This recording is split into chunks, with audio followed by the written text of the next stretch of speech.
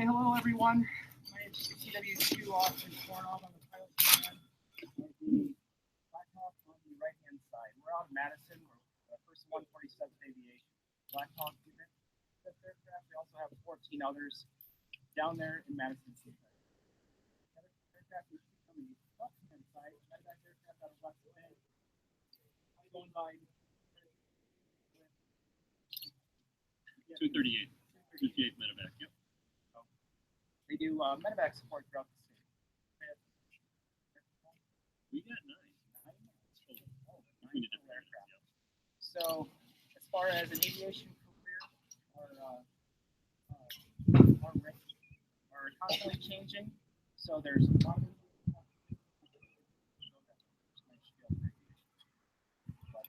today we'll be conducting passenger movement on Fort McCoy. As far as the cadets go, you guys are up first. This is your mission. You guys get lifted first, and you'll be flying both our aircraft. 11 passengers. 8 passengers today. This is a meet and greet time. If you guys have any questions about the aircraft, what we do, anything about it, we can, once we break up, we can talk about that afterwards. Two sergeants will give you guys a passenger briefing. They'll go over how to strap in the aircraft, how to exit the aircraft, and under emergency condition, or any other questions that you have. Hopefully everyone has brought earplugs. Anybody gets motion sickness on the aircraft, let us know. The doors will be closed today. For all flights, we'll be briefed like that. So just let our crew chiefs know if you get sick so that we can take appropriate measures for that. Otherwise, thank you for coming, participating, and requesting us. We like to do this, get out in the community. Have fun. Review. We can split it up aircraft to aircraft. It doesn't matter which one you hop on at the end. So knock out a crew briefing right now, and when we get to the aircraft, we'll use a seatbelt and exit. Go from there. So, all right, hey everybody, I'm Sergeant Belton, crew chief for this aircraft over here, from 147. Equipment for engineers, you guys got all your stuff like that.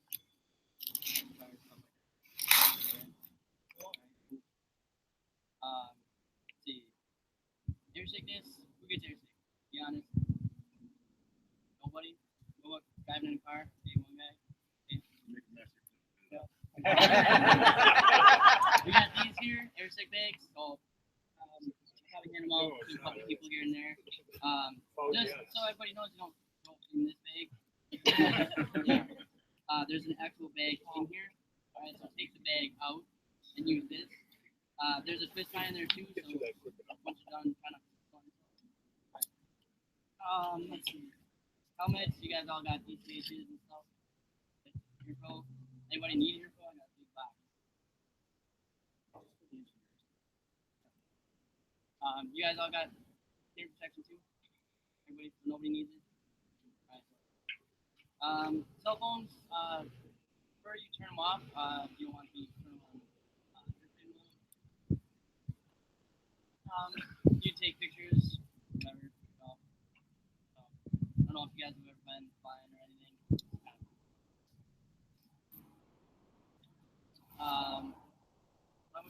So for cadets, we're going to be flying down around the south side of the coast. So you'll see a little bit different. There's a couple of like lock cities and stuff down there. It'll be pretty cool. We'll be at 500 feet AGL. So we'll do a little bit higher, not down to 200 feet. So pretty cool. And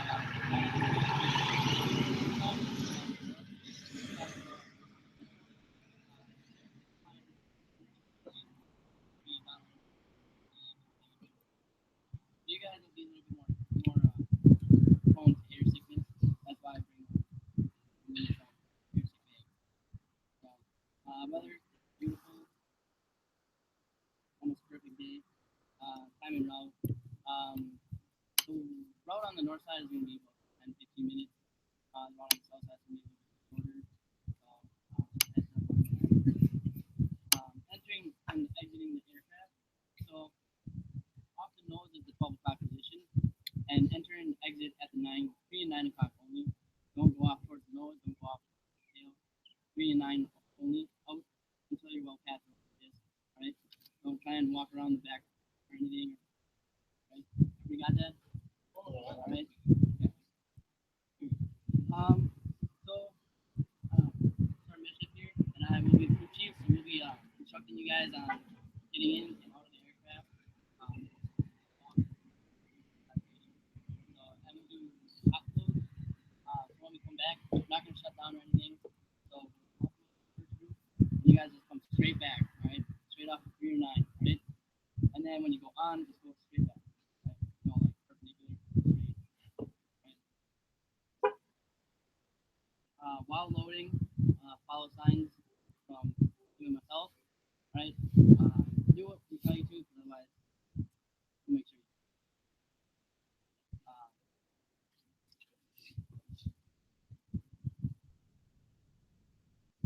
Blade clearance with equipment. So nobody got like a bunch of backpacks or anything that we gotta worry about. No, right? Just make sure you're not like waving or nothing while you're walking around. Right? Just don't. You don't have to like cut down or nothing. Try to maintain clearance. I'm cognizant of the road. Going across the front of the aircraft. Don't imagine we'll be doing that, but if you do, keep your hand. I keep my hand on the aircraft while I walk across the front. If you are walking across the front, make sure you are starting the ship on yourself.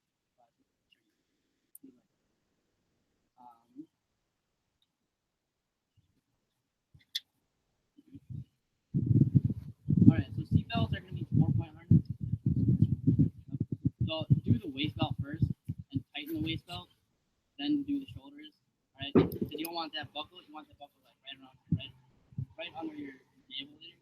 All right, you don't want it up because if you do that, and we are, we do bad. Right up. Keep that low. All right, so do the waist belt first, and we'll show you once we come there again.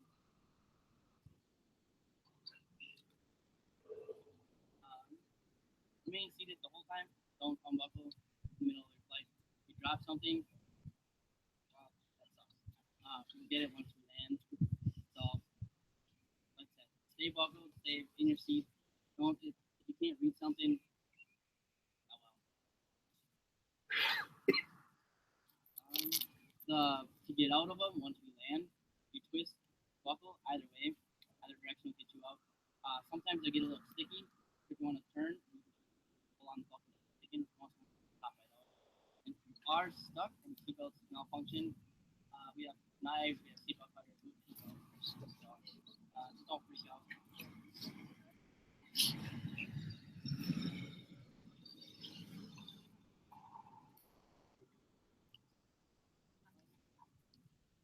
Smoking, doing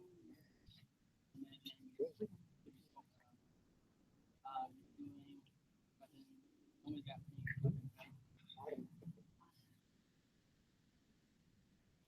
hearing protection, everybody's got it. Healthy equipment.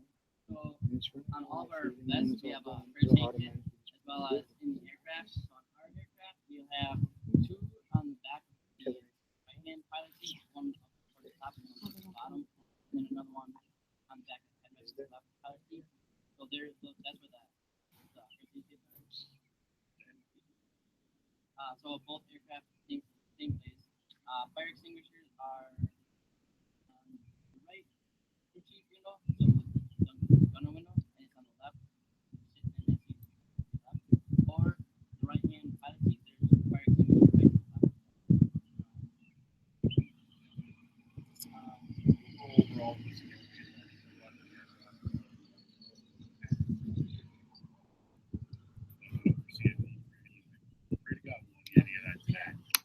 So just emergency exits then. So since you guys will all be in the back cabin, it's a little hard to reach that front handle. You can't reach that. Okay, I use it too. Under the What right program are you using cabin to tether? door, so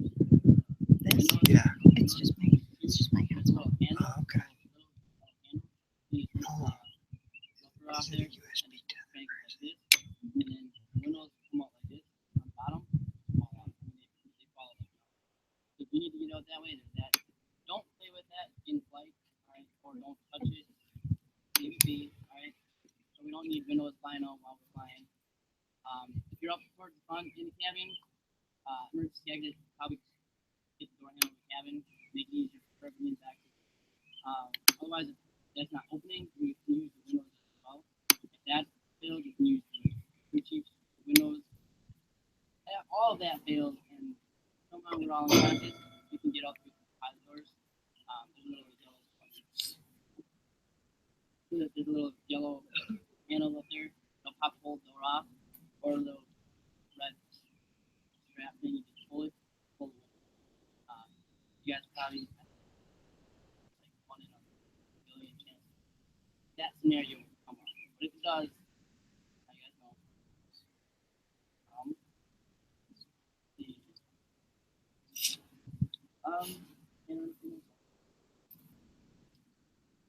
So the only hand and arm signals you guys really need to worry about are emergency procedure hand and arm signals. We're going to put our thumbs to our shoulders and look back at you and do this. That just means cinch your stuff up. We're going to have to put the aircraft down. It's not going to happen. Not today. Other than that, really, the only other hand and arm signals you need to worry about is us guiding you to the aircraft. This means stop, don't approach the aircraft, and then that way the end is pretty basic stuff. Don't approach the aircraft until we signal you to approach the aircraft. If you're in the aircraft, don't unbuckle, don't unstrap, don't do anything until we get out of the aircraft and tell you or motion you to unbuckle yourselves. And it'll be one at a time. You'll all approach the aircraft in one group, and you'll all leave the aircraft in one group. Onesies, twosies. We'll guide you out from underneath the rotor disc as a group, and we'll bring you all in for this as a group. These seats, don't put anything underneath them. Don't put your feet under them. They're designed to stroke down to the floor in the event of a hard landing. So if you have, like, say, your feet under there and you stroke down, bad situation. If you have your bag under there and it's designed to stroke down, well, you can stop on your bag. Well, you're not going to have the full range of motion. Kind of like your bag. So keep everything clear underneath you. Anybody got any questions or comments, concerns? Anybody? Who gets airsick? It's all one. Make sure you get a bag. If you don't have a bag, if you're going to get sick and you don't have a bag, use your shirt. Like I said, you make a mess, you're cleaning it up. You break them up then? I think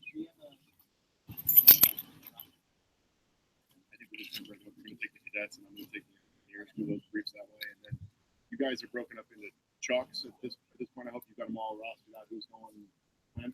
Fantastic. All right. Cadets, you're going to go to Madison's aircraft. The engineers, you guys are our aircraft.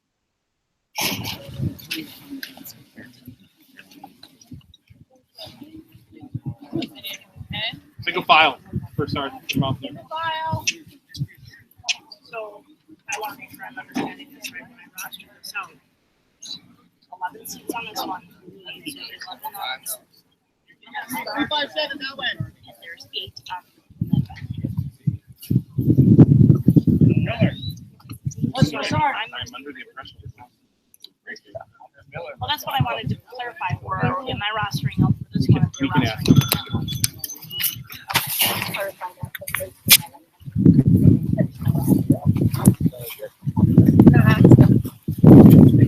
Actually, I don't know if I can pause it. I can stop it, but I don't know if I can. I want to stop it. Restart it.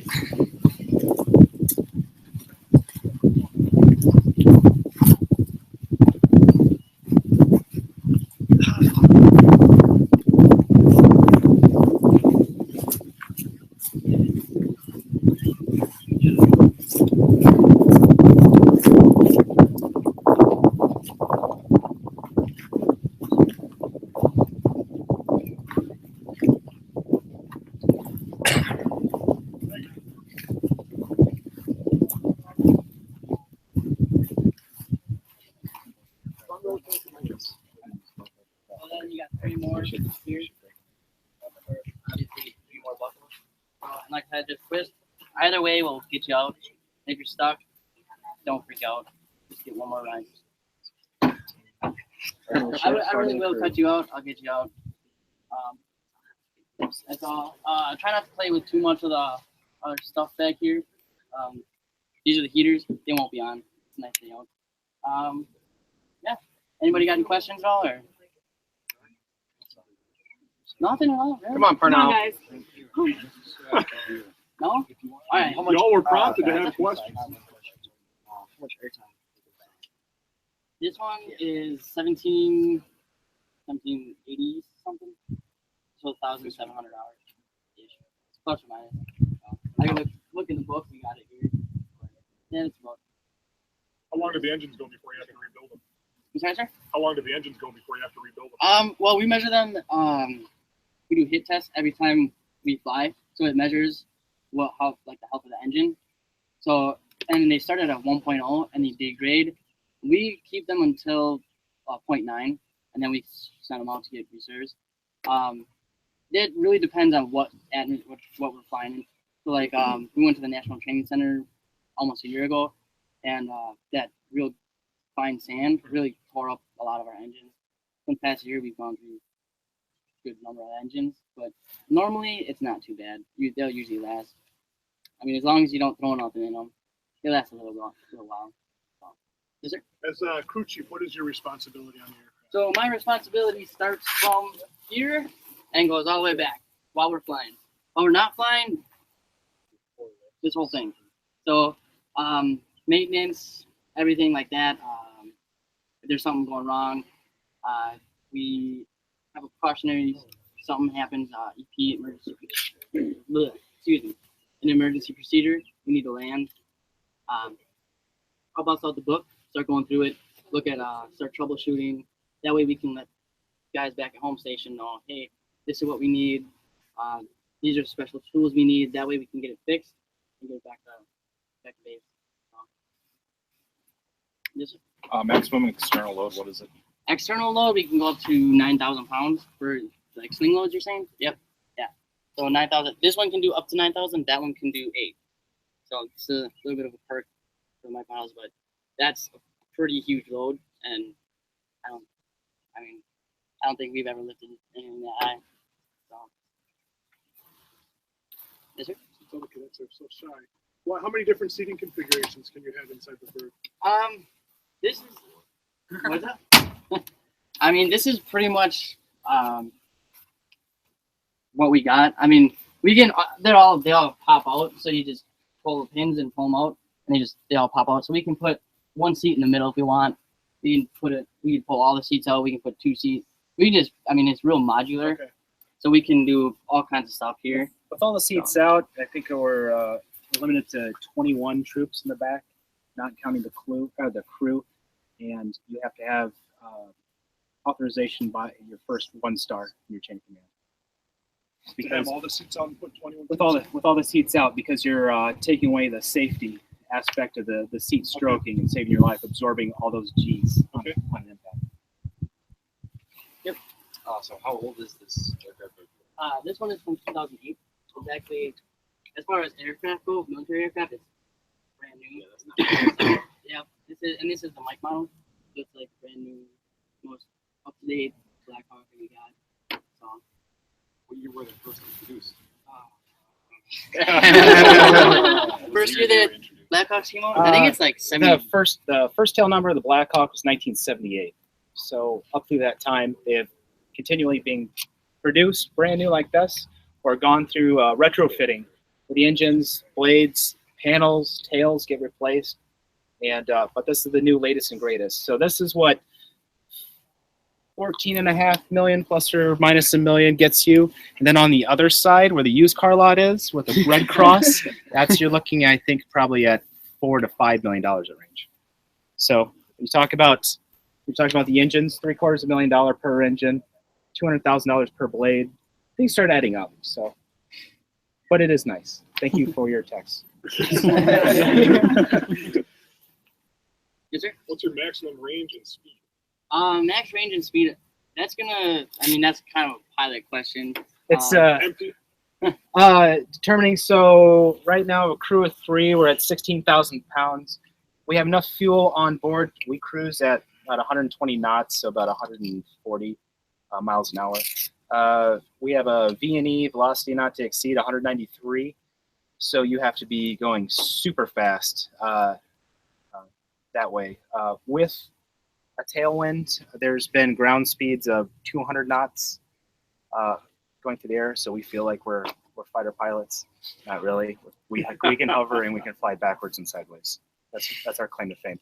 But 2.5 hours of fuel, typically that'll get you 300 miles. So we came up here from Madison in 45 minutes doing 120 knots at a tailwind. We burned probably 700 pounds of fuel. Fully equipped, downrange with all our armor, our guns out, all that. We burn a gallon of fuel every 20 seconds. So we just used a couple different numbers in there, pounds and then gallons. So it's the translation to that is it's 6.7 gallon or pounds is 1 gallon. So we do fuel by pounds rather than gallons because we're just talking such big numbers usually. So when you just hear us go back and forth, that's what we're talking about. Our aircraft can carry 359 gallons. So until burnout, which we won't. Good question. What type of a typical mission does your unit? Stateside here, we'll do a lot of stuff like this, static displays, VIP, so we'll take the general where he needs to go, stuff like that. We'll do, like last year we did air assault for infantry guys so that they could do their training. We also do, like, 2005, I think, 147 was called up for Katrina, so pulling people off houses, all that stuff. I think they pulled people off houses with the hoist and drop them off on a bridge, and this would come in, just grab them all and take them somewhere safe. We also, a couple weeks ago, we did a fire bucket stand to for the forest fires up north. We have those big bamboo buckets. They pick up water, fly over and dump water, help the firefighters up there with forest fires.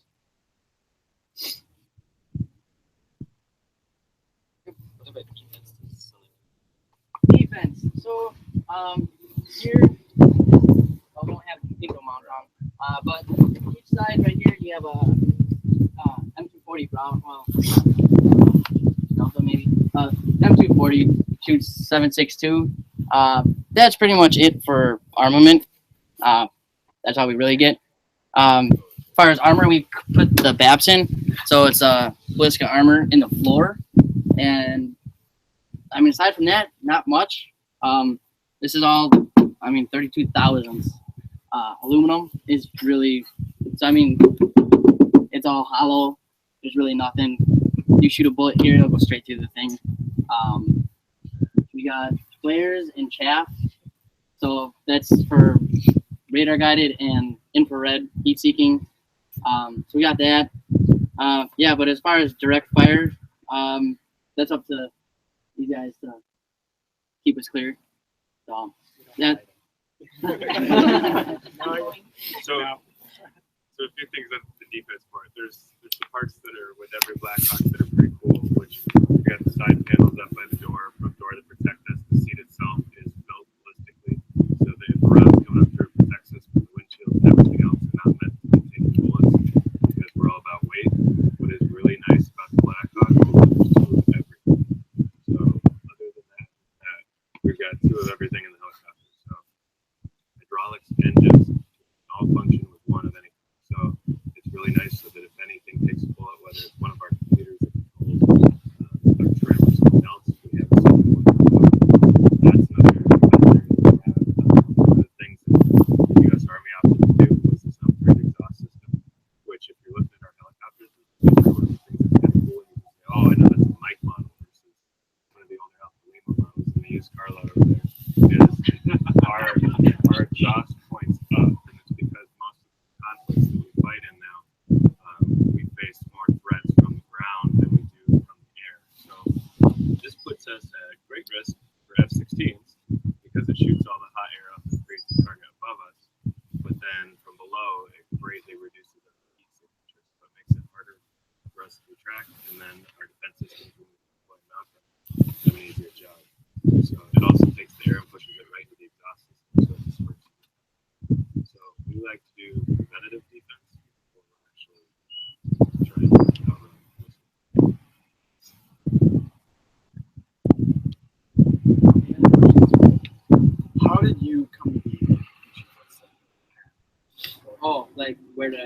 how did I get to where I am? Yeah. So my brother joined the Army first. He just joined as a mechanic.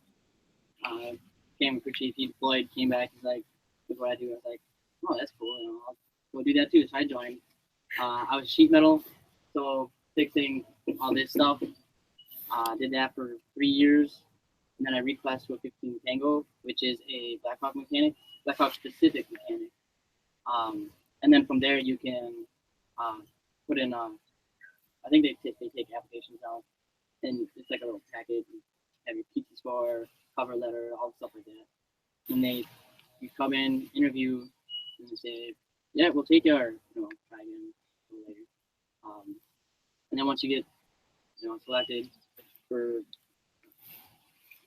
being a crew chief, you go through progression. So you have like RL1, RL2, RL3, different stages, different. So like RL3 is like you can fly with an FI, a flight instructor. So RL2 is like you're signed off on base tasks, so you can fly around. You can go to fly with pilots, land at airports, stuff like that. But you can't do mission tasks, which are more like sling loads, hauling packs, stuff like that. Well, once you're RL1, then you consider cross board to fly. Your instructors will appreciate this, but when you guys decide to join the Army, this is one of the areas where grades really come into play in their handy. Not directly, but take an assessment right when you get into the Army, which dictates what you have access to for the job as a mechanic, which is how a lot of machines get started. How I got started as a mechanic. So how you score on that assessment basically dictates what job you have access to. So the lower you score, maybe somebody left the spot open for you, or the higher you score, it's going to dictate your future and move into aviation. Keep that in mind. That's the basic concept. Math, reading, physics, all the stuff you got to learn. Is there a question over here? Yeah. What are you? Did you say it was like FR1, 2, something like that? For the, where you can like fly, whatever. Oh, my progression set? Yeah, your So I'm progression. RL1 day and night, or goggles. So yeah, there's once you do everything day, so when it's light out, then you have to go through and do everything again at night with NVGs. Because when we fly at night, we don't always fly, but we usually fly with night vision goggles. So, and they're binoculars, and it puts a whole new spin on things. I mean, your world is green for starters, but depth perception is gone. Your field of view becomes like you're looking through binoculars, so you have no peripheral vision. So that's why you have to go through it again at night. So, but yeah, I'm RL1 both day and night. Otherwise, I wouldn't be able to do this. So, What's like the timeline going? that depends. So, we have full-time FIs and end-day FIs. So, I mean, it depends on a lot of things. How many FIs are available? Because like right now we have one who's not on flight status due to medical reasons. 2 of them are at schools, military schools. So like you have to keep going to school, by the way, once you go in the Army.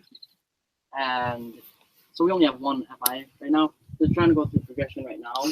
It would take a little bit of time, but if everybody's back home, 2 weeks you can be R1 day. Might take a little bit longer for R1 night, just because we only fly nights Tuesday, Wednesday, Thursday. So.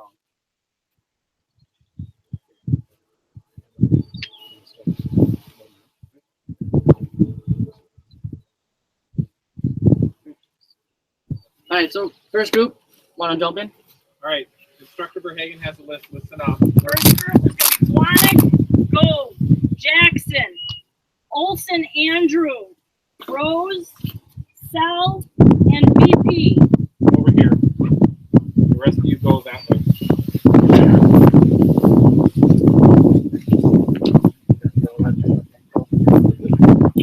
We can put it in.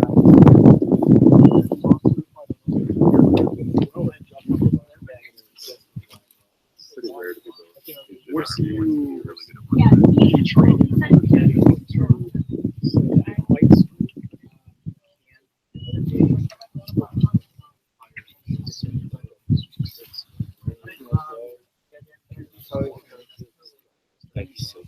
All right. My team 2 is Kate Eckinger. Well, he's not here.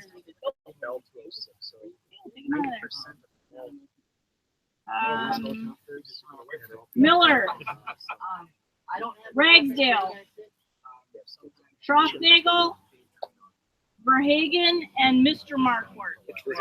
You. For team 2? That's team 2.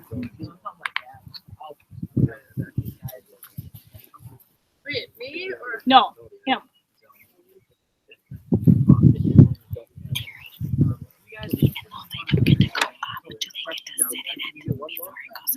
They might go up and pay attention to this now because once they're going to do hot loads, so once they land, they're not shutting them down anymore.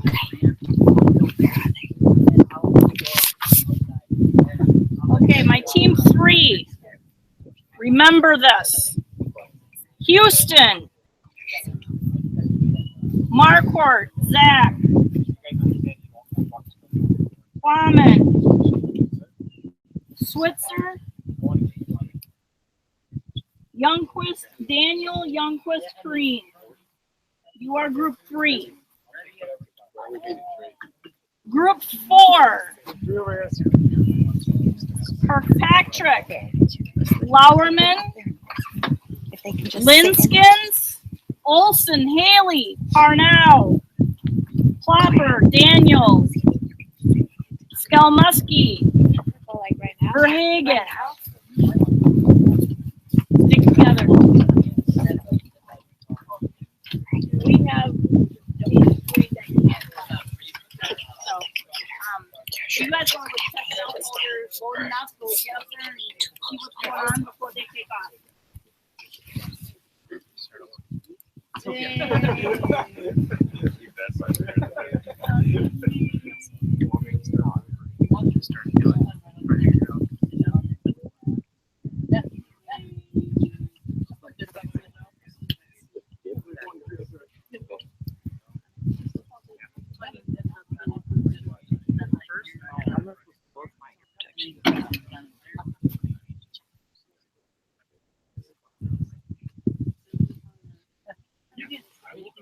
Kyle.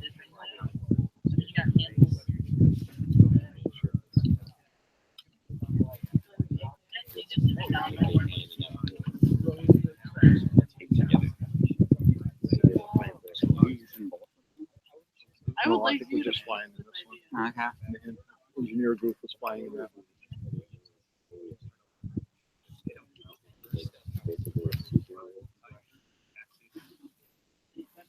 Honestly, we really think of it. Like, we really do think of it. We have these, like, huge ideas for it. They're just that.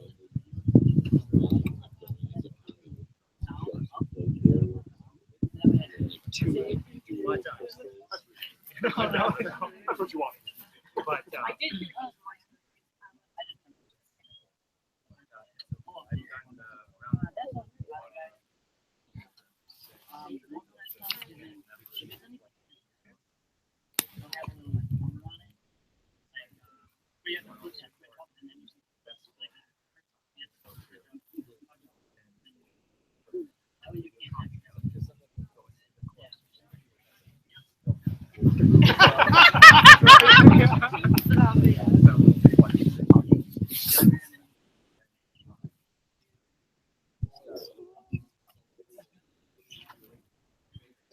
Out of the turn. How about you in the car?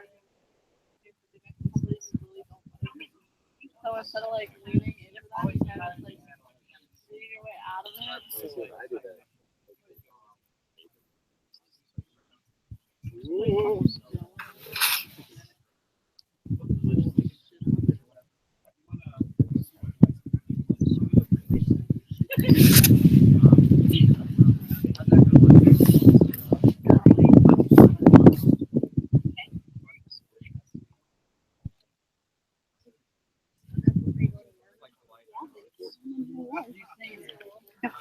Thank you, Ragsdale. Oops. Okay, well, you're gonna put them in and then load? Oh, okay. Okay. I'll make sure those are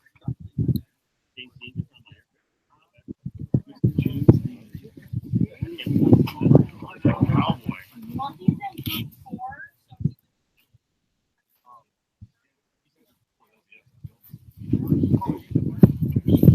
so that is already done.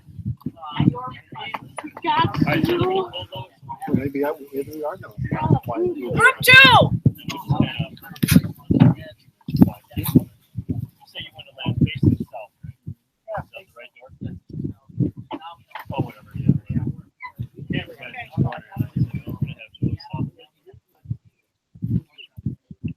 All right, rock and roll.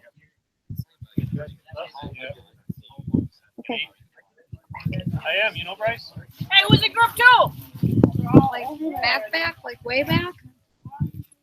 Just wait. Oh, that's right. No. Because I had Heckler in the 7th.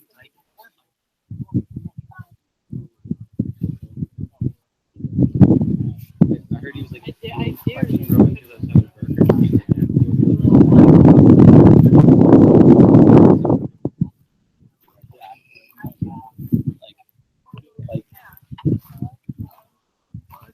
Yeah, it takes about. Seems like it takes about a week. From the time we set it, he gets it. Then everybody back. So it takes time.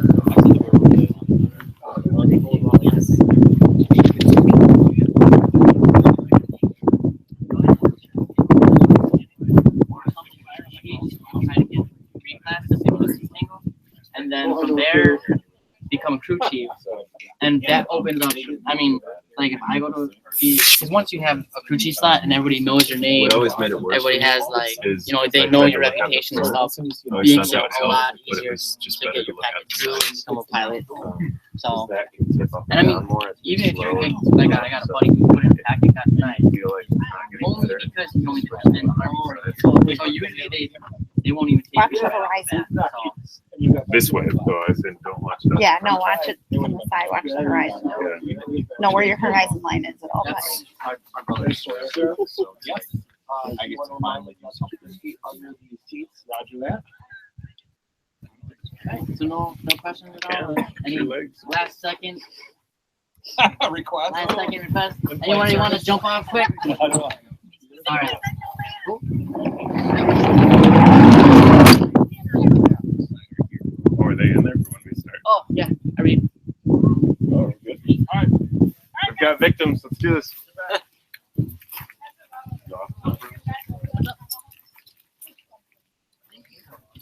Oh, Lord, that again. I do have classifications out of this part now, just in case you need them. You want to do a report cover? I've got them. I thought you were going to tell him when the aircraft first. Hey, everybody. Water. You know, the question you asked wasn't the craft development. I thought you were going to be like down to the day. You're going to tell him what the heck pilot is. Kind of sort of in his own little way. We're going there. Three will be on the Madison flight, and 4 will be on the medevac. It was requested.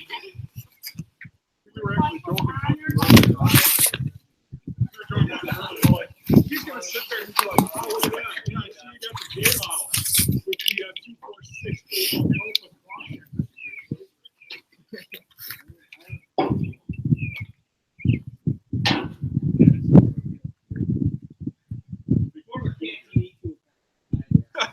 Yeah, I see you got the J model with the 246.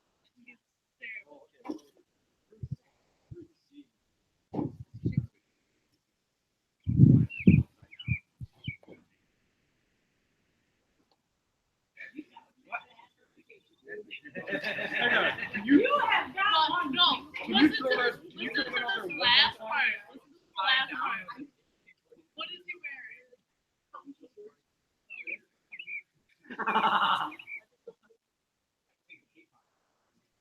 I was going to say, this is not far off. I'm more like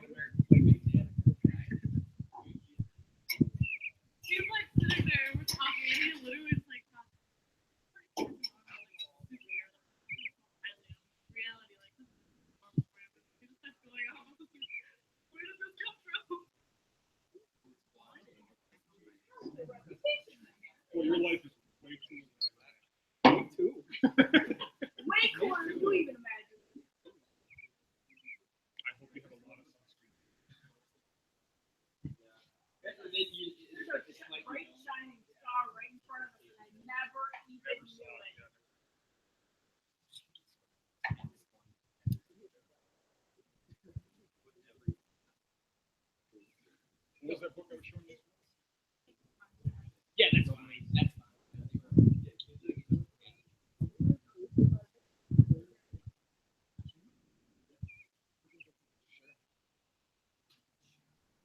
said, I don't know if you were listening, but they said that they're going to be landing. Yep, nose.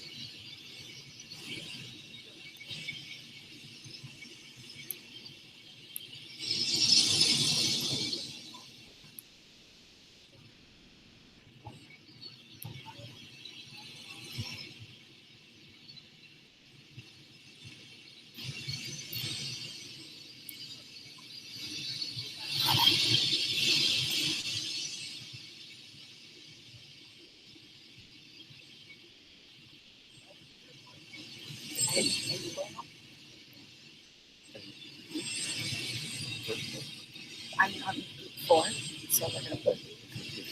Oh yeah.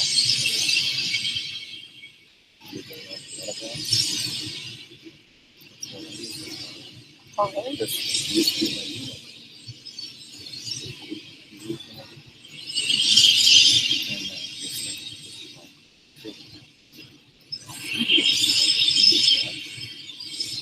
So that's your unit, the one out of West Valley.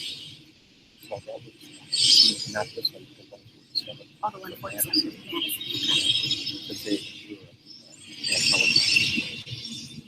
But I just think the West Jets. Not a black unit.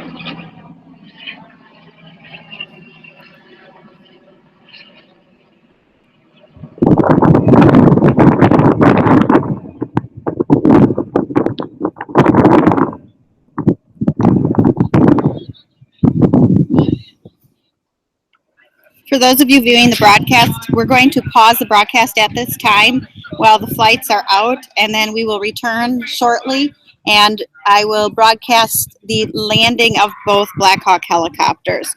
So please just stand by, and we will return shortly. Thank you for viewing.